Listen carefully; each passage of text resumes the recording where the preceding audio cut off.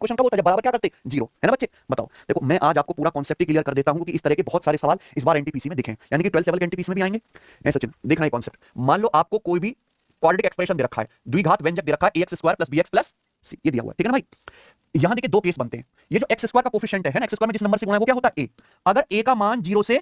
बड़ा है, a का मान पॉजिटिव है, क्या है पॉजिटिव, तो हमेशा इसकी मिनिमम वैल्यू न्यूनतम मान ही निकलेगा, क्या निकलेगा न्यूनतम मान, आई ना बात समझ में। क्योंकि अगर आप इसका ग्राफ बनाएंगे तो कुछ ऐसे बनेगा, तो जो सबसे नीचे वाला पॉइंट होगा वो मिनिमम वैल्यू आएगा और हाईएस्ट वैल्यू क्या हो जाएगी इनफाइनाइट मैक्सिमम वैल्यू, ठीक है बच्चों, तो मिनिमम वैल्यू ही पूछेगा। दूसरा केस कि अगर a का मान, प्यारे दोस्तों पूरा कॉन्सेप्ट बता दे रहा हूं, 0 से छोटा यानी कि a का मान क्या है नेगेटिव, तो केवल इसकी मैक्सिमम वैल्यू ही निकलेगी, क्या निकलेगी अधिकतम वैल्यू, है ना। क्योंकि जब आप a का मान 0 है, a का मान 0 से छोटा है नेगेटिव, तो ग्राफ कुछ ऐसे बनेगा, तो ये वाला जो पॉइंट है ये क्या आ जाएगी इसकी मैक्सिमम वैल्यू, है ना बच्चों। कोई दिक्कत आप बोलोगे हाँ जी सर बहुत बढ़िया, ये दो केस बनेंगे, या तो मिनिमम वैल्यू निकलेगी या मैक्सिमम। अब कुछ भी वैल्यू निकले प्यारे बच्चों वो वैल्यू होगी, बताओ क्या, ये याद कर लीजिए 4ac minus B square upon 4a, 4ac minus B square upon 4a,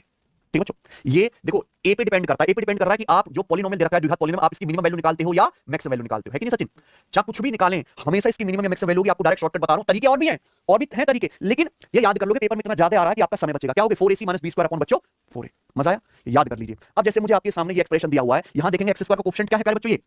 -5 negative है, तो इसलिए क्या निकलेगा केवल इसका मैक्सिमम वैल्यू। आप यहां से देखेंगे तो a की वैल्यू है -5, x में 6 से गुणा है तो b की वैल्यू कितनी है 6, और c की वैल्यू भी कितनी है 6, तो 4ac minus B square upon 4a, 4ac a का मान कितना है -5, c कितना 6, 4ac minus B square, b कितना 6 का वर्ग 36, 6 का वर्ग लिख देते हैं 36 अपॉन 2a, 2a का मतलब कितना 4ac minus B square upon 2a होगा, 4ac minus B square upon 2a होगा बच्चे, सर मैंने गलत लिख दिया, 4ac minus B square upon 2a आएगा ये, ठीक है ना भाई। अब बताओ जरा क्या आ जाएगा यहां से, ये -10, तो कितना हो गया ऊपर का 4 पंजे 20 120, और ये माइनस सॉरी 4 ही होगा, 4 ही होगा बच्चों, sorry 4ac minus B square upon 4, ये 4 ही आएगा, 4ac minus B square upon 4, ठीक है ना। तो यहां पे 4 करेंगे तो नीचे क्या आएगा -20, तो क्या हो गया पहले बच्चे बताइए, ये -120 और -36, -156 बटे -20, तो माइनस तो कट गया, 156 को 20 से भाग करेंगे तो कितना आ जाएगा बच्चों 7.8, तो 7.8 है किसी ऑप्शन में, हाँ ये बी ऑप्शन, समझे ना भाई। तो गजब की चीज है, तो कोई भी आपके पास आ जाए यहाँ पे क्वाड्रेटिक एक्सप्रेशन द्विघात व्यंजक, आप उसकी वैल्यू निकाल सकते हैं, याद रखिएगा 4ac minus B square upon 4a, ठीक है बच्चे। पूरा कॉन्सेप्ट मैंने आपके सामने रख दिया। अब एक सवाल में मैंने काफी सवाल डाले हैं इस पे, ये बताएंगे। सवाल नंबर 157, यदि p स्क्वायर प्लस 3p बराबर है 3, तो आपसे पूछा है p प्लस 4 का होल क्यूब प्लस 1 बटे p प्लस 4 के होल क्यूब का मान ज्ञात कीजिए, ठीक है बच्चों। बताओ